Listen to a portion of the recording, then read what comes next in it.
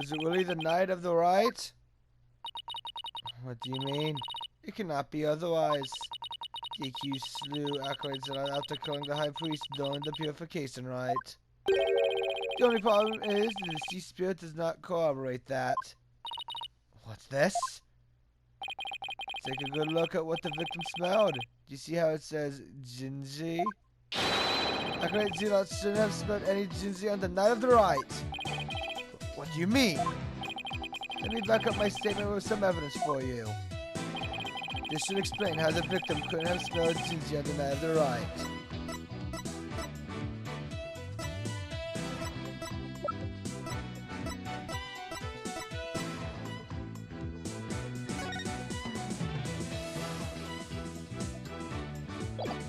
Take that!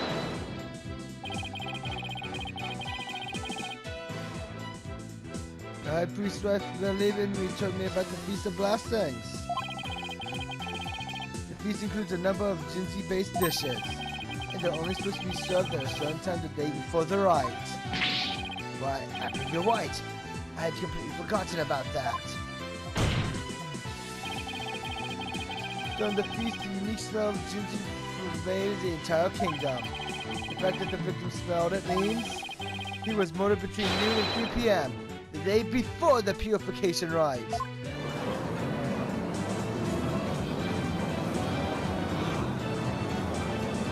That's enough!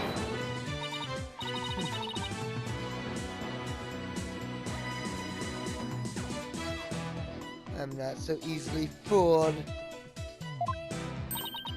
Did that autopsy report not make it clear? The estimated time of death was during the rite. Oh, right. I told about that yesterday. Forgive me, your benevolence. But the estimated time of death is just that, an estimate. Depending on the circumstances, it's possible for it to change. What's this?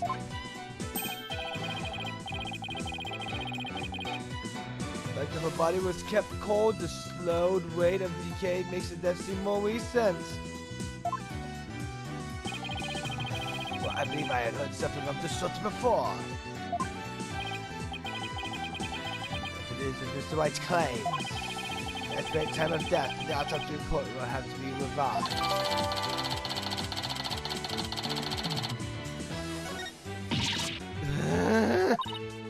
Pumped you! You blinded me with science! Sorry. Wait, what am I apologizing for? No matter. The murder may have occurred in the afternoon hours the day before the rite. Nevertheless, the murder weapon with the accused print on it is incontrovertible evidence.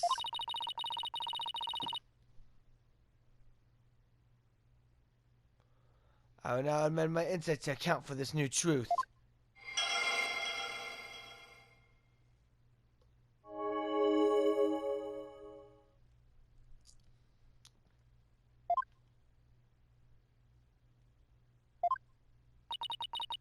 The time of death has been corrected, leaving my insight infallible. Nick, changing the time of death is bound to cause some sort of inconsistency.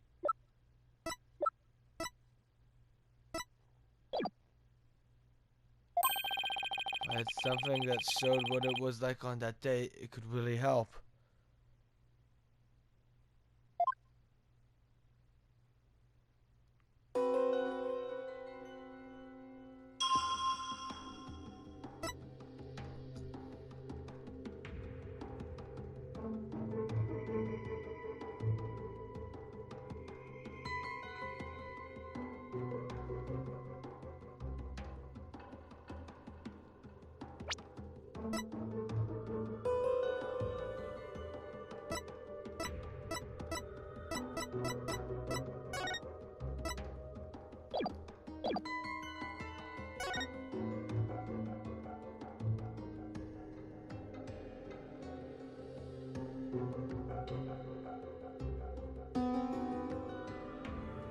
Objection!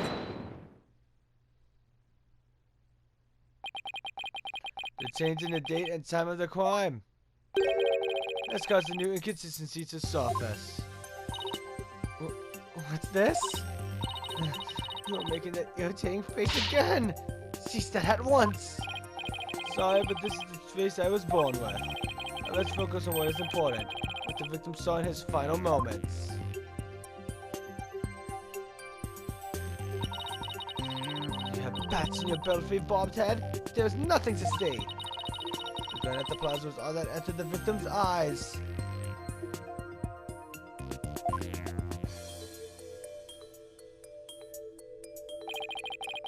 And that's why I find so strange.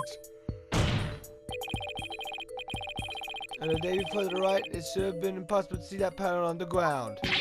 Impossible, you say? To explain. This piece of evidence shows why the plaza's ground was not visible that day.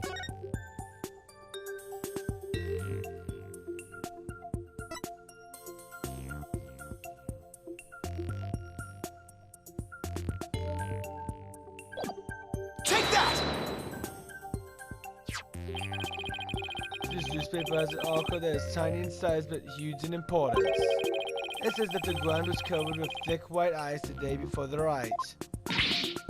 What? But the victim did not see so much as an ice cube on the ground. Exactly. And so we must ask, what was the victim looking at in his final moments? If you have something to say, then say it. The last thing the victim saw was not the ground at the Plaza of Devotion. This can only mean that he was killed elsewhere. What? What? What? Then, where do you propose the victim was actually killed? Yes, tell us where. Otherwise, your argument is worthless. About that. Not that part yet. Any ideas, Maya? Let me think. Well, it's about green and shaggy, right? What? What could that be? What is it, Bob, Dad? Giving up already? Not at all. I see something green and shaggy. This shows where the victim was killed.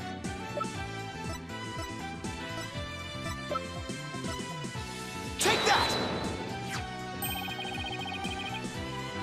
The secret hideout the rebels were using. Rebel hideout? There was no such place anywhere on the floor of that chamber. You're absolutely right. There's no place on the floor anyway. Then what did the victim see in his final moments if not the floor of the rebel hideout? This is what the victim saw in his final moments. Take that! The shaggy green surface the victim saw was one of the moss-covered stone slabs. As you can see, there are two distinct hand-shaped impressions on the moss here. I believe the victim was killed while he stood there with his hands pressed against the slab. Objection! That does agree with the seance vision. However, one cannot definitely declare they are one and the same. I concur. There's no proof that a murder occurred in the rebel hideout.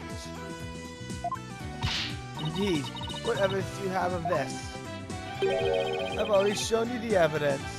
What do you mean? Please take a look at this second version of the photo I just showed you. You can see the results of the luminol test I performed in the rebel hideout. This is proof positive that someone had been bleeding in front of that stone slab. Is this true? This information has already been proved to the police. Detective Sky, to whom does this blood belong? Well, we thought it was the High Priest's blood that flowed in from outside. So we haven't tested it yet. Then you must do so at once. Yes, Your Majesty.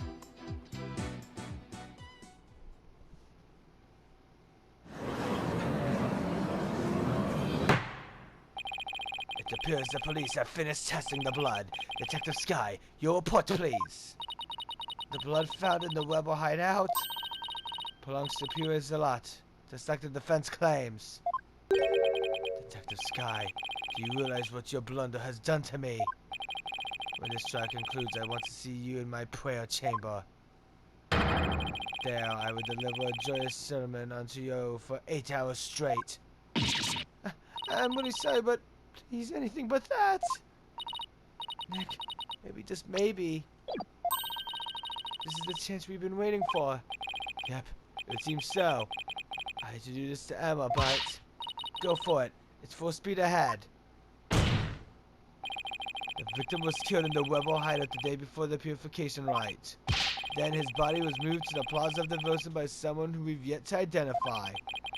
So when we thought we saw Acolyte Zealot praying during the rite, he was already dead. Huh?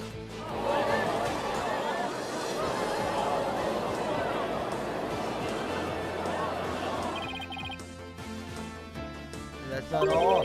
He was killed at the inner sanctum. That would explain one more thing. And that would be how the time of death was made to look later than it actually was. The group of which was left behind at the sanctum. This points to how the time of death was made to appear later than it actually was.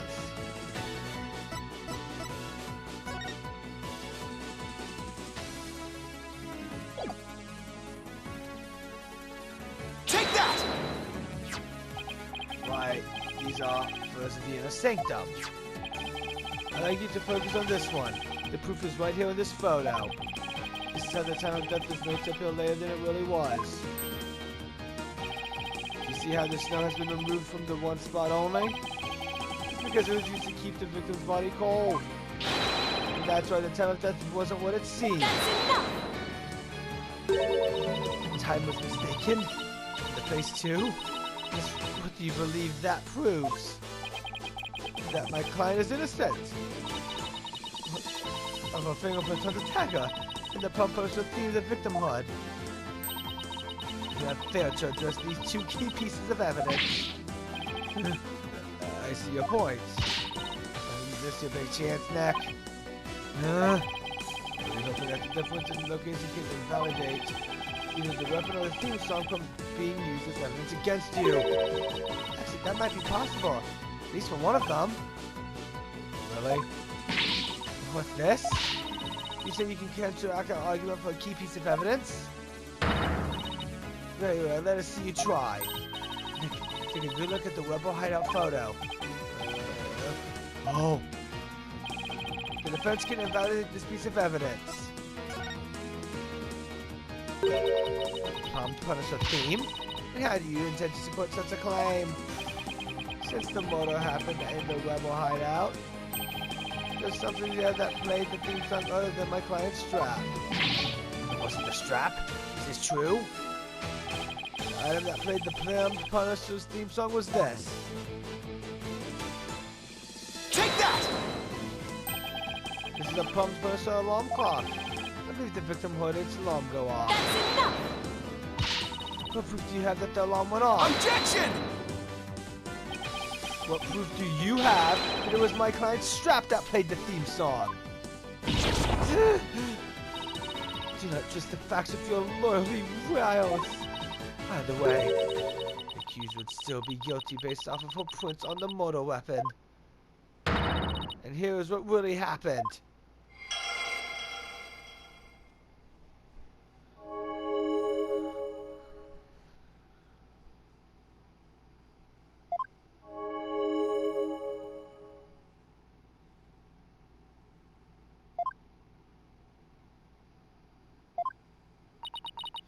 Though there have been some twists and turns, that is the truth of what happened. I won't get anywhere until I can eliminate the dagger.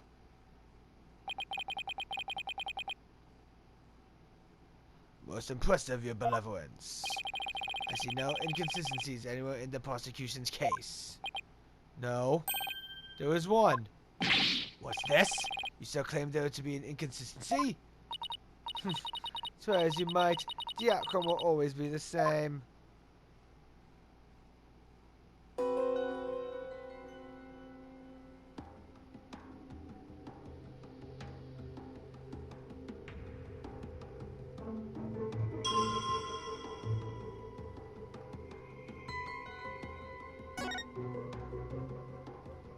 Objection!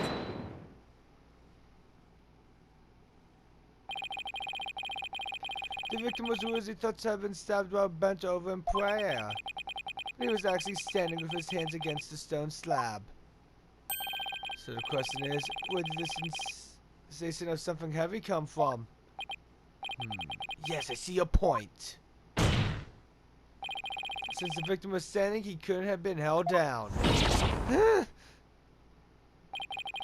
Tell us, Mr. White, what was that heavy sensation felt by the victim? What caused the heavy sensation Zilot felt? Any thought, Maya? I agree that sense of heaviness seemed important, but there's also the matter of Zilot's hands on the stone slab. Why were they even there? It relates to the cause of the heavy sensation. Well, Mr. White, do you have an answer for us? Of course. This is the state Zilot was in when he was killed. The cause of the heaviness the victim felt was...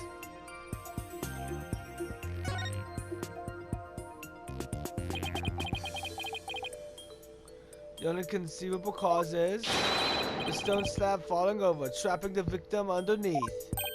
What? Oh! The stone slab came falling down on him, causing him underneath. Right. That was the cause of the heavy sensation the victim felt. Objection! Well, your theory is impressive. You have overlooked a key fact. The victim was not crushed to death, rather he was stabbed. Oh yeah. But do you claim that the dagger was plunged in after the stab had fallen on him?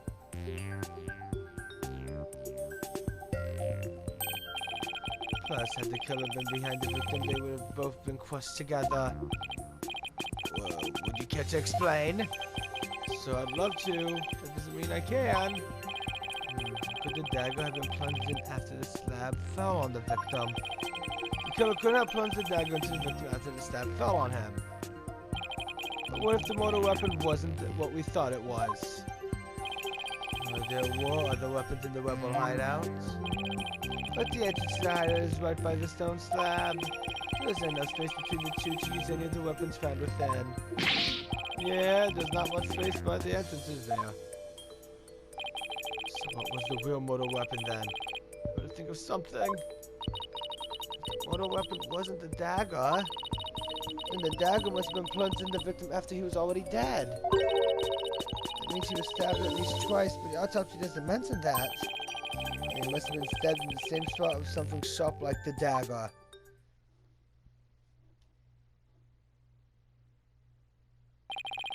Would the defense care to offer an explanation sometime this century? Wait, wasn't there something dagger-like near the scene of the crime? Something that had a shape similar to the rubber dagger.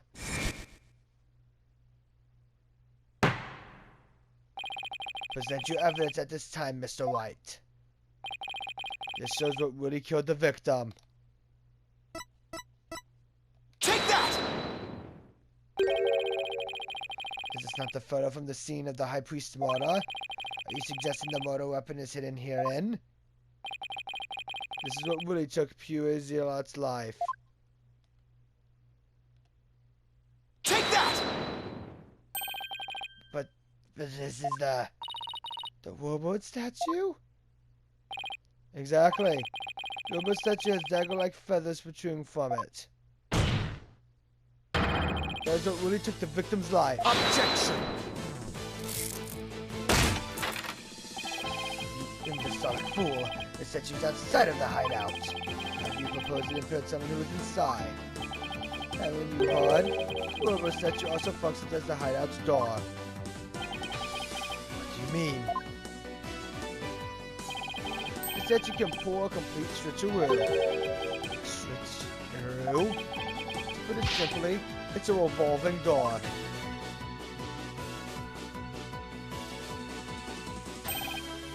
A revolving door? Well, that makes perfect sense. Therefore, I believe the truth behind the divination seance to be this.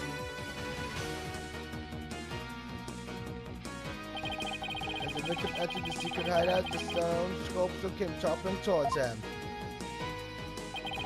He threw up his hands to stop it, but its weight forced him backwards. Unfortunately, the Wilbur statue was right behind him. This cannot be!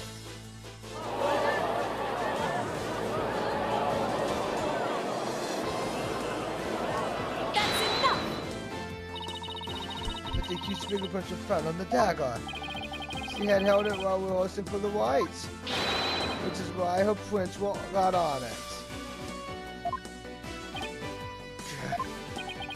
This is a shocking turn of events, but there is a great deal of circumstantial evidence in the defense's favor. I mean, we must accept that the Wilbur statue was what killed the victim.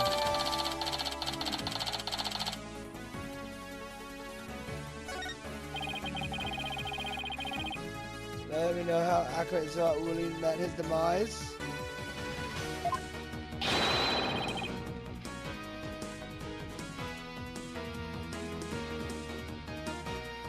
There's no basis for claiming my client committed this crime. Nice work, Nick.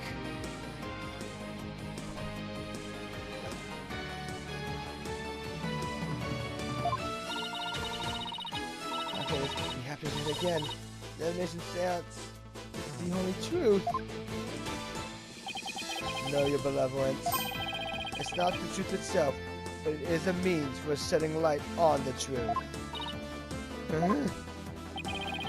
you understand now? The kingdom needs lawyers so that they can interpret your insights. But that means I have been misinterpreting the voices of the spirits all this time. Your benevolence, are you unwell? All the color has drained from your face.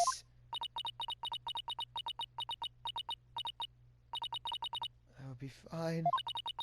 Continue your proceedings without me. As you wish.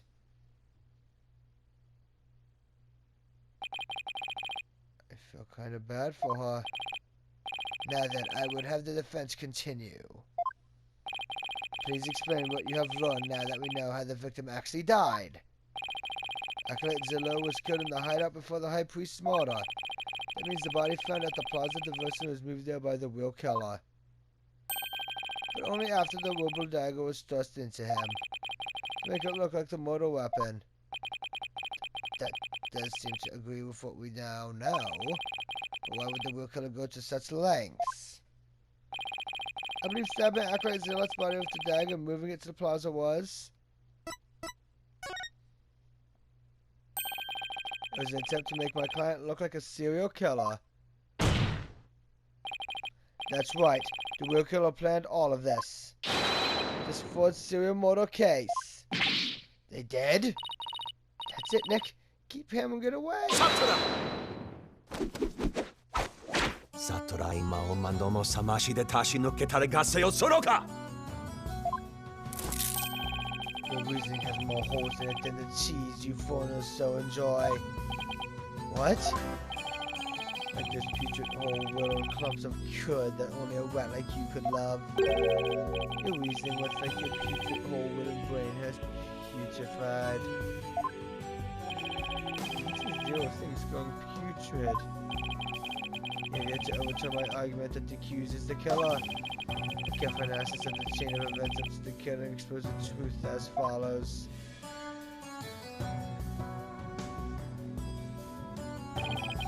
Disguised as Lady Kira, the accused found the rebel hideout the day before the riot. Acolyte Zillow had followed her there afterwards and caused suspicious behavior. Not by surprise, she pushed the stone stab towards him, and we know the rest.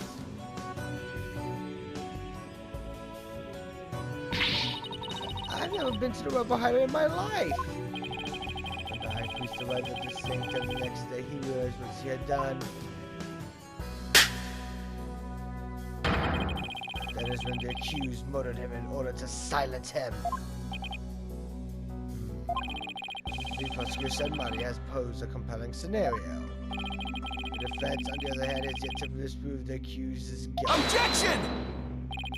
Why would my client move Acolyte Zillow's body to where everyone could see it? Why would he stab the dagger with her fingerprints into his dead body? She had no reason to do any of those things. Dad read his corpse was likely a warning to the rebels. Something along the lines of Lady Kira was slain to defy dragons. Said that his rights to move the body to the plaza for all to see. But has the judge convinced too? Thought I'd finally made some headway. Well, Mr. White, not time for one of your groans of distress, is it not? Groan of distress? It gives me to admit this. I've got nothing to counter this argument with. I still haven't disputed the allegations against Maya. It is not time to end your futile struggle. You were already judged guilty yesterday. That makes you a dead lawyer walking. Accept the death that now awaits you, and in doing so, finding no peace. A dead lawyer walking indeed. And again, are not all lawyers who practice in crying. But I must admit, I misspoke earlier. Allow me to amend my statement. I had said the defense's reasoning had a putrid cheese-like smell. Right, I realized the stench was from his own putrid body on the verge of death. Now I'm a rotting zombie. Think, who could have killed Zilla the day before the riot? Who knew about the rebel hideout and could gain access to the inner sanctum? Well, it doesn't bother if the white can enter the sanctum, so... Wait a second. Only a rebel would have known about the secret hideout. The only person who was involved with the white had access to the sanctum. And was suspected of being a rebel is... Ah! Did somebody come to mind? Yes, except there's only one huge problem. A huge problem? What are you two going on about? Planning your escape from this sacred hall?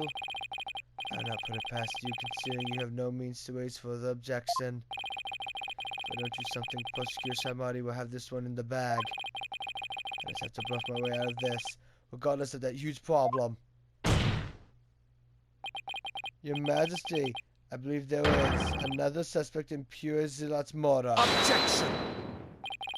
Even the most benevolent Holy Mother would not forgive such a desperate lie. After all, you know very well that such a person does not exist. No, there was one person who knew everything. Does such a figure truly exist? Tell us, who might that be? I believe the prime suspect in Acolyte Zealot's murder is... Take that! It had to be someone allowed to enter the sanctum, and who knew of the hideout.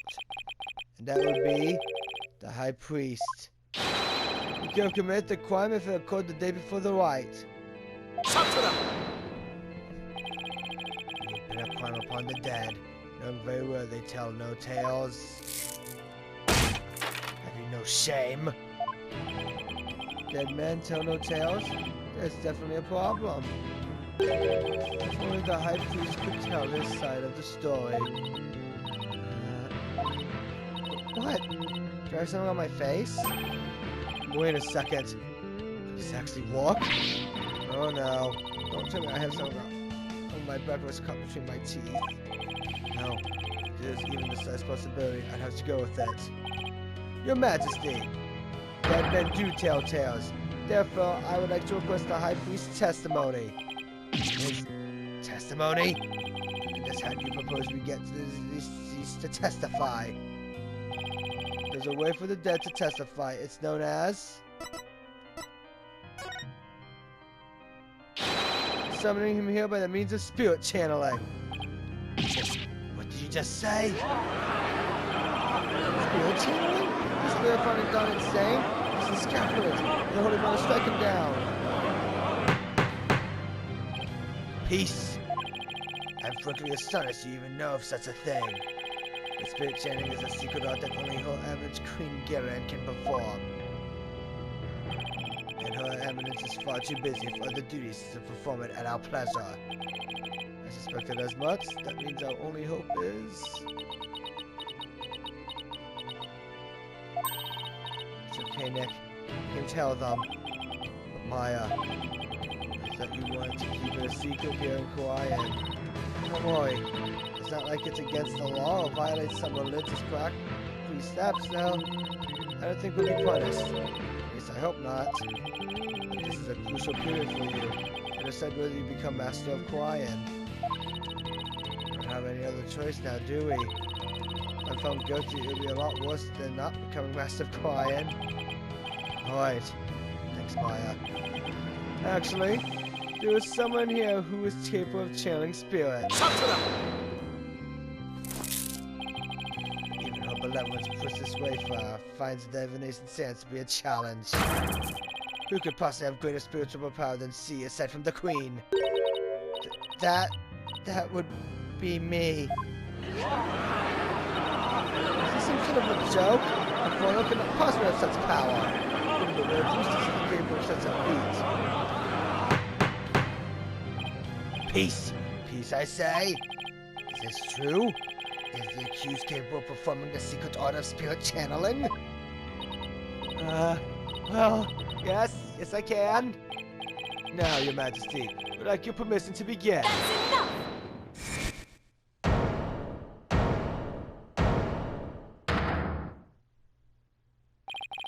Your benevolence. This is an outrage. An outrage, I say. First you make a mockery of the divination seance, and now spirit channeling? Your benevolence speaks the truth. Spirit channeling is a sacred right. What devils, as it is to be put to death immediately. Still your voices. Bobbed head, spirit channeling is the most sacred and secret of arts. Are you prepared to face the consequences of what you propose? Yes, I am. Your benevolence, are you saying you approve of their use of spirit channeling? I will judge whether their claim is true. If this is but another of their lies, they shall be executed on the spot. Very well then. Your benevolence, what if the accused accidentally calls forth an evil spirit? Do you truly believe this foreigner is capable of channeling spirits? No, but I want to be sure, as I am responsible for the safety of all present. Well, an inexperienced practitioner could inadvertently call forth a dangerous spirit. But do not fear, for I have a magatama of parting. With it, I can send spirits back to the Twilight Realm by halting the flow of spiritual power. That is relief indeed. These foreigners have thrown down the gauntlet. Let us not shriek from their challenge. We must prove them guilty and deliver their last rites. Do I make myself clear, Prosecutor Sadmati? Perfectly, Your Benevolence. Very well, the accused may channel the High Priest's spirit.